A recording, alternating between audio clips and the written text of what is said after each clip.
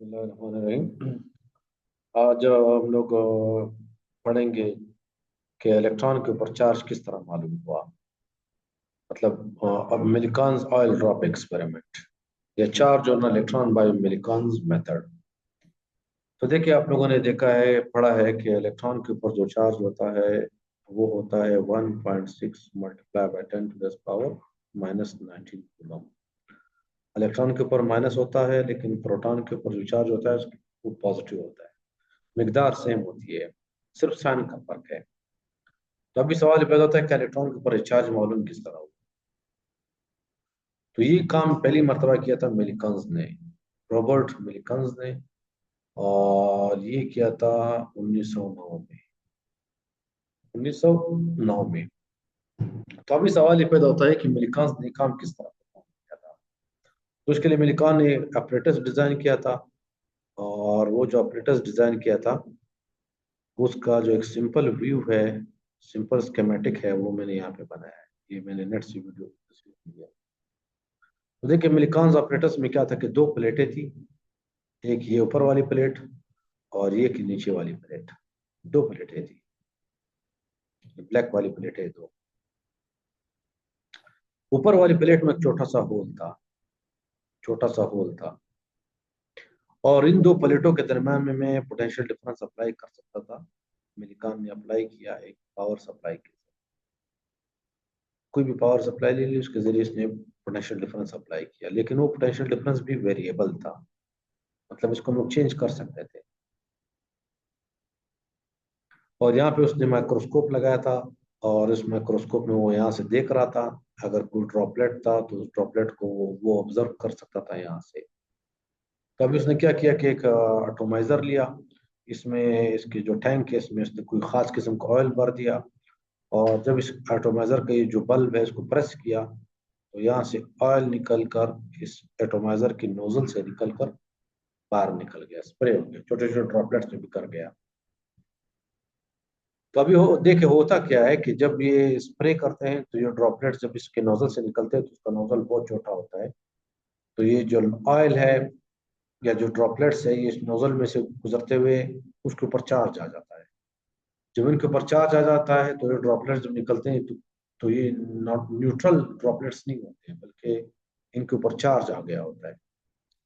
तो ये droplets gravity की वजह से नीचे आते हैं और उनमें से कुछ ड्रॉपलेट इन दो प्लेटों के दरमियान में आ जाते हैं, दो प्लेटों के दरमियान में आ जाते हैं। तो ये सिंपल इसका तरीकाकार है। एटोमाइजर के जरिए हम लोगों को स्प्रे करना है। जैसे ही स्प्रे करेंगे ऑयल नोजल से निकलेगा, तो उसके ऊपर फ्रिक्शन की वजह से चार्ज आ जाएगा। और ये चार्ज जो है, पार्टिकल ड्रॉपलेट्स जो है, उनमें से कुछ जो है इस होल में से पास होकर इस चैम्बर में आ जाएंगे, चैम्बर में आ जाएंगे। और याद रखिए, जो पोटेंशियल डिफरेंस है इसको हम लोग ऑन ऑफ भी कर सकते हैं और उसकी पोलरिटी को भी चेंज कर सकते हैं। मतलब ऊपर वाली प्लेट के ऊपर नेगेटिव भी ला सकते हैं, नीचे वाले प्लेट के ऊपर पॉजिटिव पोटेंशियल भी ला सकते हैं। तो वोल्टेज की पोलरिटी को भी चेंज कर सकते हैं, मैग्नीट्यूड को भी चेंज कर सकते हैं। तो अभी तक आप लोगों ने ये पढ़ा है कि V is equal to E is equal to V upon d, is equal to V upon d. अगर डी दोनों प्लेटों के दरम्यान में डिस्टेंस है तो इसका मतलब है अगर हम लोग V को चेंज करें तो इन दोनों प्लेटों के दरम्यान में E को भी चेंज कर सकते हैं। E को भी क्या कर सकते हैं, चेंज कर सकते हैं। तो अभी देखिए, फर्ज करें ये ऊपर वाला प्लेट है, ये ऊपर वाला प्लेट है और ये दरम्यान में छोटा सा होल मैंने बना दिया। और ये जो है नीचे वाली प्लेट है।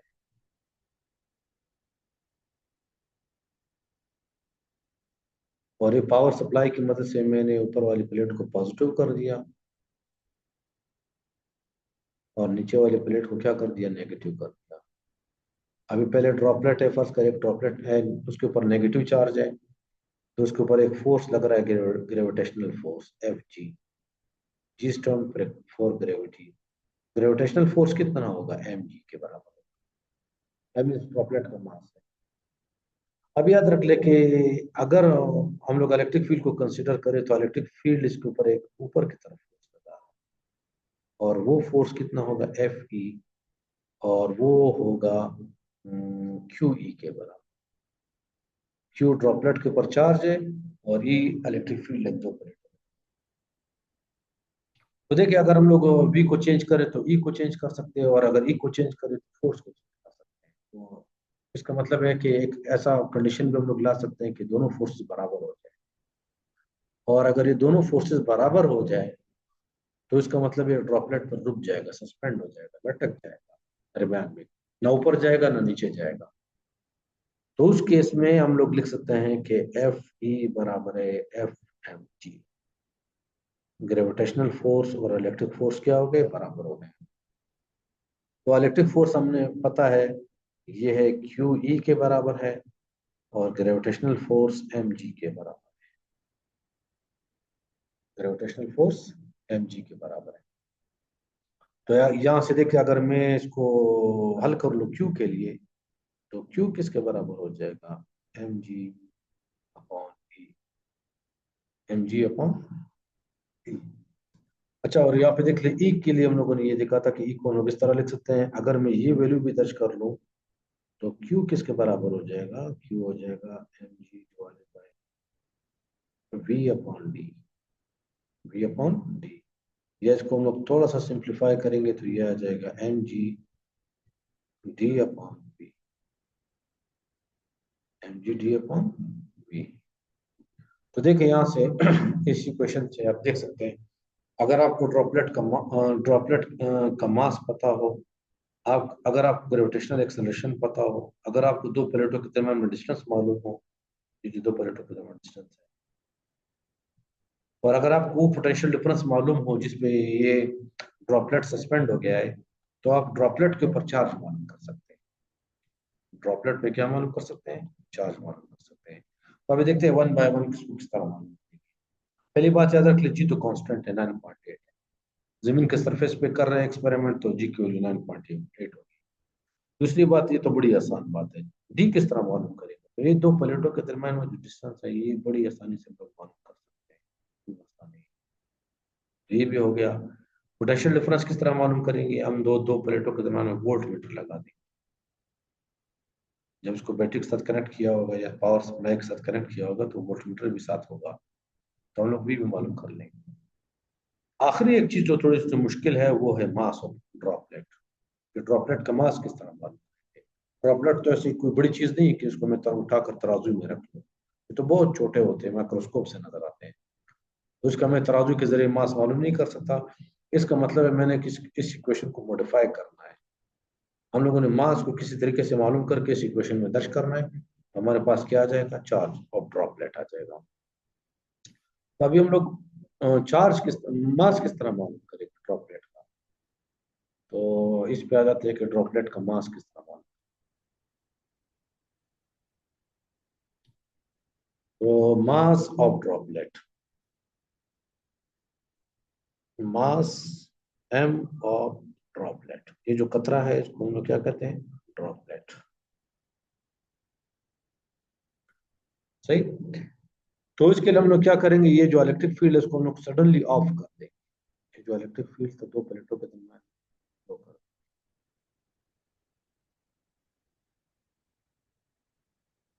जीरो कर देंगे, और जीरो करने के बाद क्या होगा कि ये ड्रॉपलेट ग्रेविटी के असर की वजह से नीचे जाएगा। फर्स्ट करें ड्रॉपलेट के ऊपर नेगेटिव चार्ज था तो नीचे जाना शुरू कर देगा, क्योंकि ग्रेविटेशनल फोर्स तो अमल कर रहा है, ग्रेविटेशनल फोर्स तो अमल कर रहा है। ठीक है, तो हम लोगों ने ड्रॉपलेट को इलेक्ट्रिक फील्ड को जीरो कर दिया, लेकिन ग्रेविटेशनल फोर्स अमल कर रहा है। अभी देखिए अगर फर्स्ट करें जिसम ऊपर से गिर रहा हो, तो जैसे ही जिसम नीचे आएगा तो उसकी रफ्तार बढ़ती जाएगी, लेकिन इस दौरान इसके ऊपर एयर रेजिस्टेंस अमल करेगा, और एयर रेजिस्टेंस डिपेंड करता है कि उसकी रफ्तार कितनी है, उसकी वेलोसिटी कितनी है। जितनी वेलोसिटी ज्यादा होगी तो एयर रेजिस्टेंस भी बढ़ता जाएगा, एयर रेजिस्टेंस या एयर ड्रैग भी बढ़ता जाएगा। तो हो सकता है कि वक्त ऐसा आ जाए कि दोनों फोर्सेस जो है वो बराबर हो जाए, ग्रेविटेशनल फोर्स और एयर ड्रैग बराबर हो जाए। तो देखिए यहाँ पर एक मैं मिसाल बता देता हूँ आप लोग को। ये ड्रॉपलेट है, बहुत ऊपर बुलंदी से गिर रहा है, और फर्श करे जमीन है। तो इनिशियली फर्श करे इसके ऊपर लगने वाला फोर्स 10 न्यूटन है, और ये फोर्स सिर्फ ग्रेविटेशनल फोर्स है, एयर रेजिस्टेंस नहीं है। अभी अभी ड्रॉपलेट जीरो अलहदा हो गया बादलों से, इसकी रफ्तार जीरो है। लेकिन याद रख लिया जब ये ड्रॉपलेट नीचे आएगा तो उसकी रफ्तार बढ़ चुकी होगी। फर्ज करें इसके ऊपर 10 न्यूटन फोर्स ही लग रहा है, लेकिन इसकी रफ्तार बढ़ गई। रफ्तार फर्ज करे हो गई 2 मीटर पर सेकंड, लेकिन 2 मीटर पर सेकंड पे एयर रेजिस्टेंस ज्यादा अमल करेगा बनिस्बत ऊपर वाले केस में। तो एयर रेजिस्टेंस फर्ज करे हो गया 4 न्यूटन। कितना हो गया? 4 न्यूटन। अभी भी इक्विलिब्रियम में नहीं है, नीचे फोर्स ज्यादा है ऊपर कम है। लेकिन याद रखें, जैसी जैसी इसकी रफ्तार बढ़ती जाएगी, जैसे जैसे इसकी रफ्तार बढ़ती जाएगी, फर्ज कर इसकी रफ्तार हो गई 5 मीटर पर सेकंड, तो एक वक्त ऐसे भी आएगा कि ऊपर वाला फोर्स भी हो जाएगा 10 न्यूटन, एयर रेजिस्टेंस की वजह से। और जब ये दोनों फोर्सेस बराबर हो गए तो इसके बाद इसकी रफ्तार मजीद नहीं बढ़ेगी, इसके बाद इसकी रफ्तार मजीद नहीं बढ़ेगी। और जिस रफ्तार से नीचे जाएगा उसको कहते हैं टर्मिनल वेलोसिटी। उसको क्या कहते हैं? Terminal velocity. तो अभी यहाँ पे भी हम लोग यही काम करेंगे कि इस ड्रॉपलेट को अलाउ करेंगे, नीचे जाने देंगे, लेकिन इस चेंबर के अंदर जो है ये दो प्लेटों के दरम्यान में एयर होगा, और एयर की वजह से इसके ऊपर एयर रेजिस्टेंस अमल करेगा।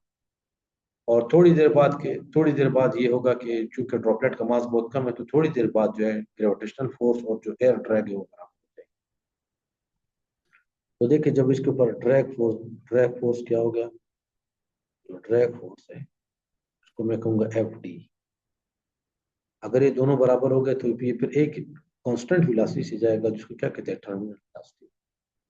अभी आ जाते हैं ड्रैग फोर्स कितना होगा। ड्रैग फोर्स, तो ड्रैग फोर्स के लिए एक लॉ है, आप लोगों ने स्टोक्स लॉ पढ़ा है फर्स्ट ईयर में। तो उसके मुताबिक जो ड्रैग फोर्स होता है वो होता है 6 पाई RV ईटा। FD ड्रैग फोर्स है, R रेडियस है ड्रॉपलेट का। R क्या है? Radius of droplet. मगर अगर फर्ज करें हम लोग ड्रॉपलेट को स्पेरिकल शेप में मान लें, तो उसका जो रेडियस होगा ये ड्रॉपलेट का रेडियस कहलाएगा। V वेलोसिटी है ड्रॉपलेट की, वेलोसिटी ऑफ ड्रॉपलेट। और ईटा क्या है? विस्कोसिटी है। अभी यहाँ पे ड्रॉपलेट किस में जा रहा है? एयर में जा रहा है, तो उसको हम लोग कहेंगे विस्कोसिटी ऑफ एयर, क्योंकि दो प्लेटों के दरम्यान में सिर्फ एयर है। सही। तो अभी याद रख ले कि जब ये कंडीशन पूरी हो जाए कि ग्रेविटेशनल फोर्स और ड्रैग फोर्स बराबर हो जाए, ग्रेविटेशनल फोर्स और ड्रैग फोर्स बराबर हो जाए, तो हम लोग क्या लिखेंगे कि FD is equal to FG। और इस केस में हम लोग लिखेंगे कि 6 पाई RVT ईटा। V नहीं लिखेंगे, VT लिखेंगे, क्योंकि जब दोनों फोर्सेस बराबर हो गए तो वेलोसिटी तो कांस्टेंट हो गई, और उस कांस्टेंट वेलोसिटी को क्या कहते हैं? Terminal velocity. तो ये किसके बराबर हो जाएगा? mg के बराबर। ये किसके बराबर हो गया भाई? mg के बराबर। अभी देखिए, इसी क्वेश्चंस में अगर हम लोग सारी क्वांटिटीज दर्ज कर ले तो हम लोग मास मालूम कर सकते हैं। और मास अगर मालूम हो गया तो इस पीछे क्वेश्चन में चले जाएंगे तो ड्रॉपलेट के ऊपर चार्ज आ जाएगा। लेकिन यहाँ पे एक मसला है कि यहाँ पे एक और क्वांटिटी आ गई जिसने हमारे लिए मसला प्रोड्यूस कर दिया, वो है रेडियस। ड्रॉपलेट का रेडियस किस तरह मालूम करूँ? तो अभी आ जाते हैं कि ड्रॉपलेट का रेडियस किस तरह मालूम करेंगे, इस मसले पे आ जाते हैं। तो अभी हम आएंगे कि रेडियस ऑफ ड्रॉपलेट। इसके लिए मैं दूसरा कलर ले लेता हूँ। Radius of droplet, radius of droplet,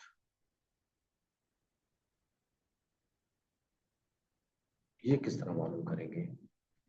तो देखिए, हम लोगों ने अज्यूम किया है कि ड्रॉपलेट स्फेरिकल है। तो जब स्फेरिकल है तो जो ड्रॉपलेट है उसकी डेंसिटी को हम लोग किस तरह लिखेंगे? Density is equal to mass divided by volume. Mass divided by volume. इसका मतलब है मास किसके बराबर हो जाएगा? Density multiply by volume. और चूंकि ड्रॉपलेट जो है वो स्फेयर है, गोल है, तो इसका हम लोग लिख सकते हैं वॉल्यूम है 4/3 पाई R क्यूब।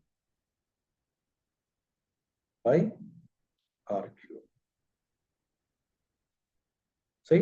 देखिए, ड्रॉपलेट तो बिल्कुल गोल होता है, छोटे छोटे ड्रॉप्स होते हैं बिल्कुल गोल होते हैं। तो किसी भी गोल स्फेयर का जो वॉल्यूम है वो किस फॉर्मूले से मालूम करते हैं? 4/3 पाई R। तो अगर मैं ये वैल्यू उठाकर यहाँ पे दर्ज करूँ तो मेरे पास आर आ जाएगा, एम दरमियान से निकल जाएगा, एम गायब हो जाएगा, मेरे पास क्या आ जाएगा, सिर्फ आर आ जाएगा। तो अगर मैं ये वैल्यू यहाँ पे दर्ज कर लूँ तो देखिए मेरे पास क्या आ जाएगा, मैं लिख सकता हूँ, उस केस में मैं लिख सकता हूँ कि 6 R V T eta, V T eta is equal to M की वैल्यू क्या हो गई, रो 4/3 पाई आर क्यूब और मल्टीप्लाई बाय क्या आ गया, जी, मल्टीप्लाई बाय जी।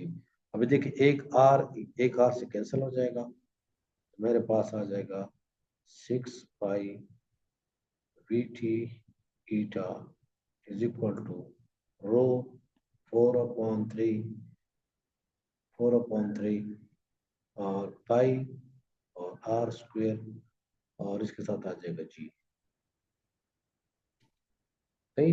अगर इसको मैं एक और चीज नोट कर ले, पाई पाई भी से भी कैंसिल हो जाएगा।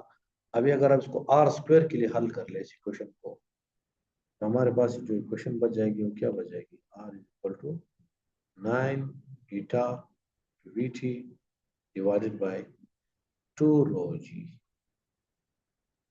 2 रो जी। देखिए इस इक्वेशन से देखिए हम लोगों ने देखा था कि इस इक्वेशन से हम लोग मास मालूम कर सकते हैं, लेकिन मास के लिए आर चाहिए। तो आर हम लोग किस इक्वेशन से मालूम करेंगे, इस इक्वेशन से। अगर इस क्वेश्चन से हम लोग आर मालूम कर ले तो इसी ये आर की वैल्यू यहाँ पे दर्ज कर देंगे, मास आ जाएगा। जब मास की वैल्यू आ गई तो मास की वैल्यू यहाँ पे दर्ज कर लेंगे तो चार्ज आ जाएगा। तो पहले आ जाते हैं अभी आर किस तरह मालूम करेंगे। आर के लिए याद रखिए विस्कोसिटी तो जो एयर की फिक्स वैल्यू है हमें पता है, जी पता है। टर्मिनल इलास्टिक किस तरह मालूम करेंगे, तो यहाँ पे हम लोग क्या करेंगे कि दो पॉइंट्स के दरम्यान में चेक करेंगे कि दो पॉइंट्स के दरम्यान में ये ड्रॉपलेट कितना टाइम लेता है। ठीक है, फर्स्ट करिए यहाँ से यहाँ तक ड्रॉपलेट पहुंचने में कितना टाइम लेता है। अगर हम लोग ये डिस्टेंस मालूम कर ले, ऊपर वाली प्लेट से नीचे वाली प्लेट के दरम्यान में डिस्टेंस, और ये ड्रॉपलेट ने ऊपर वाली प्लेट से लेकर नीचे वाली प्लेट के दरम्यान में कितना टाइम लिया, तो उन दोनों को डिवाइड कर देंगे तो वेलोसिटी आ जाएगी। जब वेलोसिटी आ गई तो ये टर्मिनल वेलोसिटी होगी। अभी रो क्या है, रो उस ऑयल की डेंसिटी है, ये भी मैन्युफैक्चरर ने दिया होता है कि डेंसिटी कितनी है। तो ये सारी वैल्यू दर्ज करके हम लोग आसानी से आर मालूम कर सकते हैं। अगर आर मालूम हो गया तो मास मालूम कर सकते हैं, जब मास मालूम हो गया तो क्या मालूम कर सकते हैं, चार्ज मालूम कर सकते हैं। तो इसी तरीकेकार के तहत जो है मिलिकन्स ने इलेक्ट्रॉन के ऊपर, ड्रॉपलेट के ऊपर चार्ज मालूम किया था। अभी एक बात याद रख ले कि जो ड्रॉपलेट है उसके ऊपर चार्ज जो होता है एक इलेक्ट्रॉन का नहीं होता, हो सकता है 100 इलेक्ट्रॉन होता है। मतलब इस ड्रॉपलेट में हो सकता है 100 इलेक्ट्रॉन गेन किए हो एटॉमाइजर से। तो ये तो उसने जो चार्ज मालूम किया है तो ड्रॉपलेट के ऊपर चार्ज है, इलेक्ट्रॉन का चार्ज तो नहीं है। तो मिल्कांस ने क्या किया था कि कई ड्रॉपलेट्स के ऊपर चार्ज मालूम किया, तो उसने देखा कि हर इलेक्ट्रॉन के ऊपर ड्रॉपलेट के ऊपर चार्ज था वो कुछ इस तरह से आ रहा था।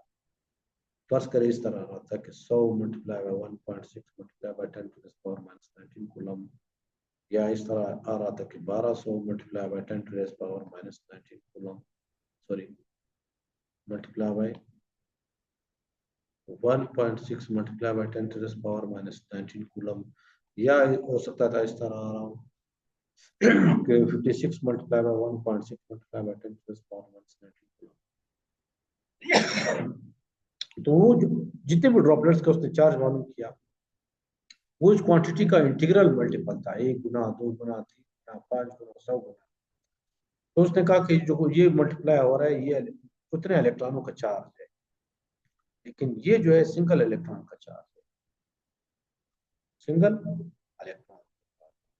तो यहाँ से उसने कंक्लूड किया था कि इलेक्ट्रॉन के ऊपर जो चार्ज है वो है 1.6 multiply by 10 to the power minus 19 coulomb. Robert Millikan को इस डिस्कवरी पे, इलेक्ट्रॉन का चार्ज मालूम करने पर कुछ अर्से बाद नोबेल प्राइज मिला था फिजिक्स। ये था आज का lecture, Millikan's oil drop experiment.